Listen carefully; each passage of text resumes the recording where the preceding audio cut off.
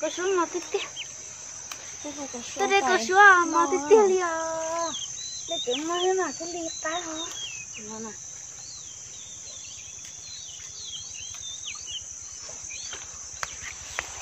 tôi đây có số bảy chín nè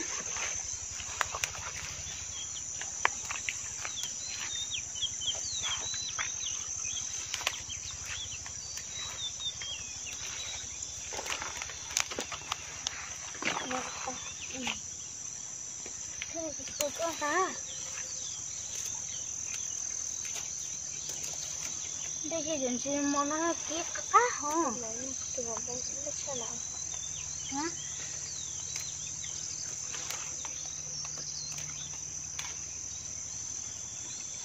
Tôi bây giờ là mình phải lấy có cái phải lại ha.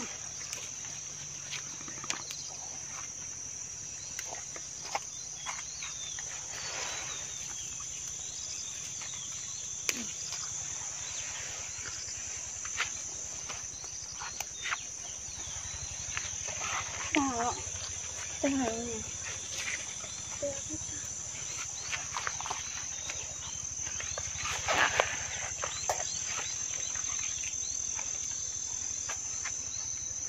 Tân tàu nè, gì cả, cái con này, cái một nón này, cái con này nhá.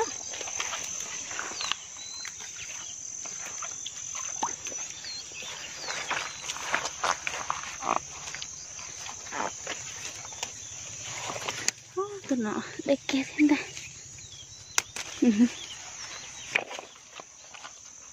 Đây là con sữa.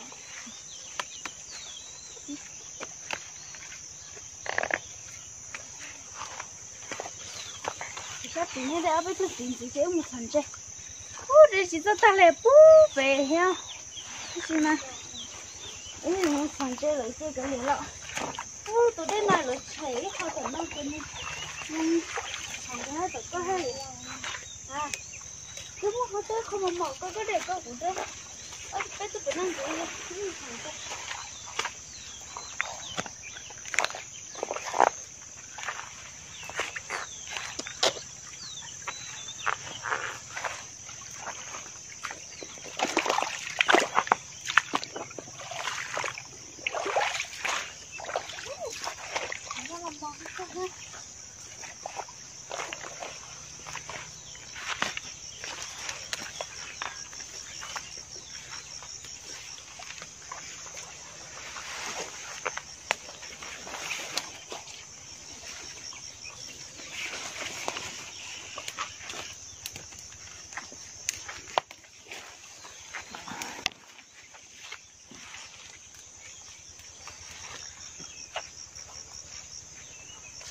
Con đỏ nhỉ?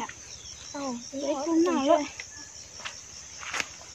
Con nào hay cái à?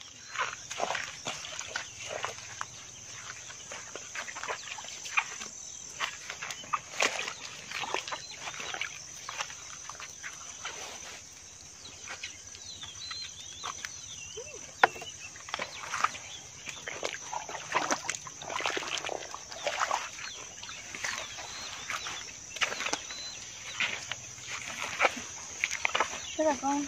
Con nhìn nào. Con nhìn nào.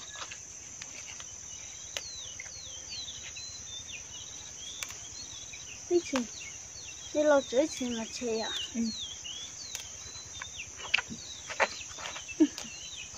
Cái nào kìa. Cái chị, chị tôi thật nó nhau.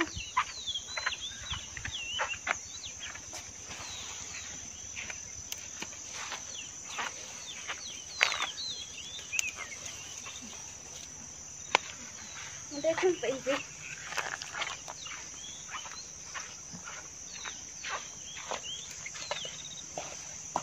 Bà hụt ăn heo. Hả?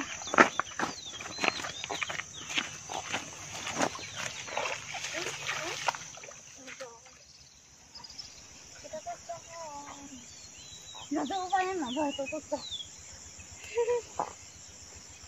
Nó biết tiêu có số là nào phải nó nói mà. Nó đến tiêu đi. Nó biết nó được bắt thằng gái mà bắt tới đây vội. Đi xe cây luôn. Đi xe cây chắc con.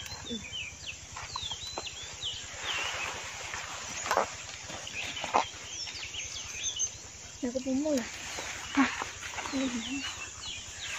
Phải trứng nào tao nó. Tôm to à? Ở đây tôm to một nào á. Nào nè. Đúng rồi, có phải chiều. Nó to. Ô. Tin nó đi bỏ lúc học. Ý một chút nào đấy. Nhưng chế nó tôi một chín nó nữa. Không lo sao, đi sao.ไปmất này rồi để lót lúc tôi ngay của bao nhiêu rồi mấy tôi không ăn hả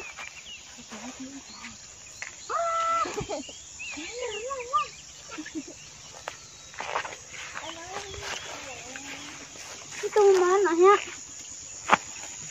mấy cái liền nó là chả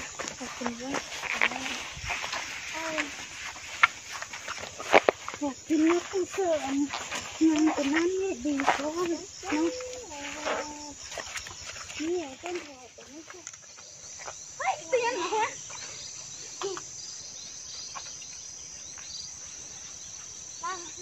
tôi để trong cân cầu ná chà quá tôi là nó hả không có đây thì phụ lên nào cái nào để có thể rồi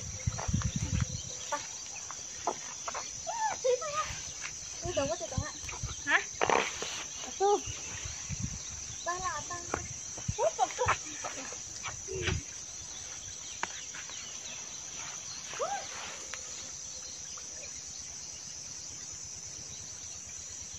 Đây chỉ sợ chủ đi ở chỗ có sao?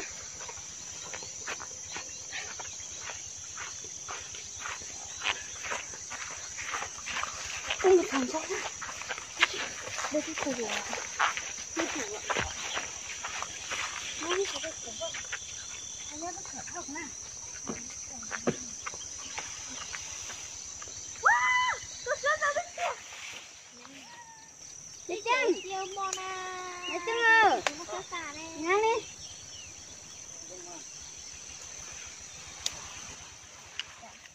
Đây xem mà. Thế sao đây chẳng nhìn khó lớn lọ. Nó đi chứ. Ôi cho mò nó đi rồi nè. Nó đi. Tôi sẽ mặc quá. Bỏ tự tự. Ôi. Nó khó của nó mất. Chà. Tôi chỉ muốn nâng tôi đây nè. Chắc tôi bỏ cái ưu rồi đi. Nó mua tay ta đấy. Mua tay à? Mua tay đi đó. Nó đây đi cho cái cổ mà. Đi cho cái cổ mà. Wow. Cho tôi một cái xe hút hết thì hàng tôi đâu cái đây này đây để đây là người ta có cái tay nè cái cuốn nông này à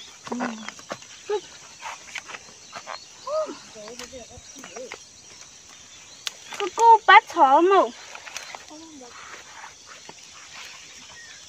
bây giờ mình đây cái kia không mong tiền đi thôi chỉ tôi tay đi à tiền đâu tay mình nói đây hơi ạ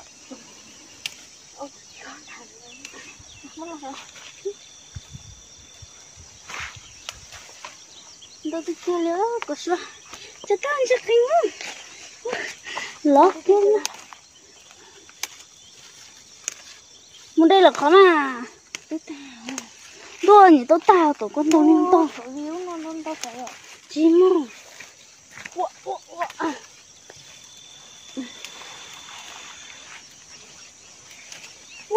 nó rất sợ Nó đi ra à? Nó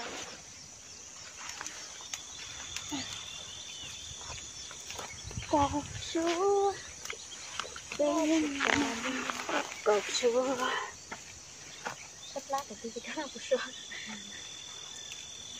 không bị tên thằng nó tía rồi lên sẽ lấy cơ rồi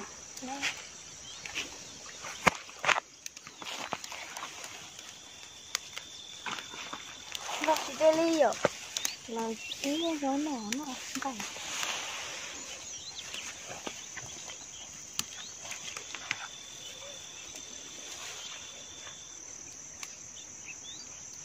ở bên làm mò nó phải xin nó vậy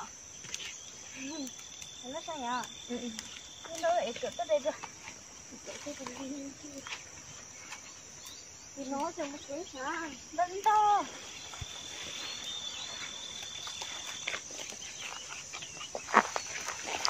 cho tôi cho chú con chú đây nè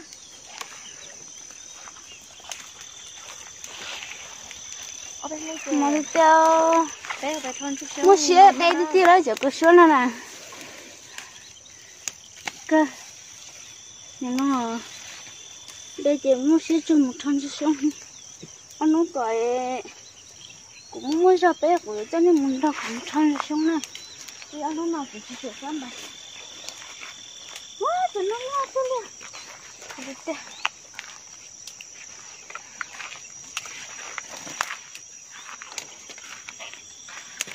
đi tiêu liều chưa có đây mà thôi đi à đây trên đống quạ nọ ha ô ở tụi tới à mà anh có học cái tài tí à tôi tới mua cho nó lọt từ giờ này không sai rồi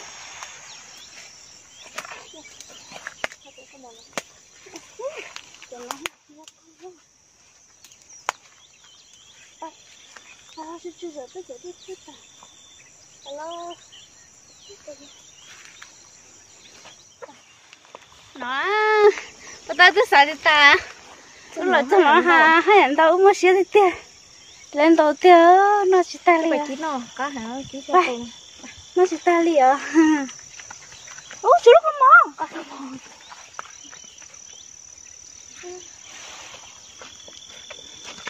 trong cái tiền là có số này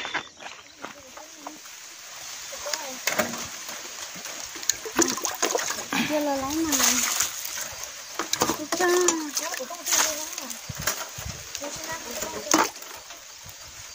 Dạ chứ nghe có mua bố sự trong đó hả tưa sao không à